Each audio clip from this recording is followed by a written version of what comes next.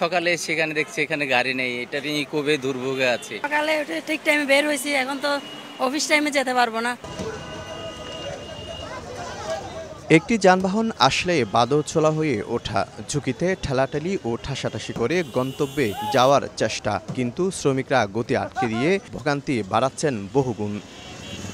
গত 22 এপ্রিল বাসের ধাক্কায় চট্টগ্রাম প্রকৌশল ও প্রযুক্তি বিশ্ববিদ্যালয়ে 2 শিক্ষার্থীর মৃত্যুর বিচার চেয়ে আন্দোলন করেন সহপাঠীরা। এ সময় 3টি গাড়িতে আগুন ধরিয়ে দেন বিক্ষুব্ধ শিক্ষার্থীরা।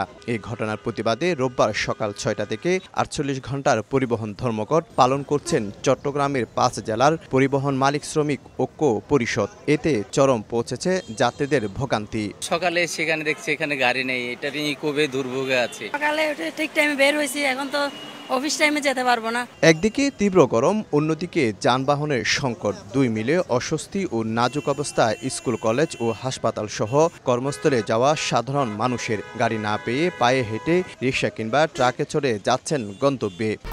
1, 2, 3 ঢাকায় জমি জিতে নিন 100% ক্যাশব্যাক সহ 20 কোটি টাকার পুরস্কার। সমস্যার জন্য টাইমলি যেতে পারতেছি না আর কি। প্রথমে বদ্দারহাটে গেছি, বদ্দারহাটে যে গাড়ি নাই, পরে এখানে আসলাম, এখানে এসে দেখি একই অবস্থা। গাড়ির সমস্যা, গাড়িতে উঠতে পারতেছি না। একটা হঠাৎ করে আসে মাহিন্দ্র, তাও বড় গাড়ি তো আসেই নাই। তবে পরিবহন মালিকদের দাবি, যানবাহন ও শ্রমিকদের হয়রানি বন্ধ করতে হবে। রুয়েটে যে দুর্ঘটনা ঘটছে, ওই দুর্ঘটনার একটা সমাধান হয়ে গেছে। সমাধান হয়ে যাওয়ার পরেও তাদের কাছে জিম্মি রাখা 3টা গাড়ি তারা রাস্তায় বের করে আগুন লাগাই দিছে।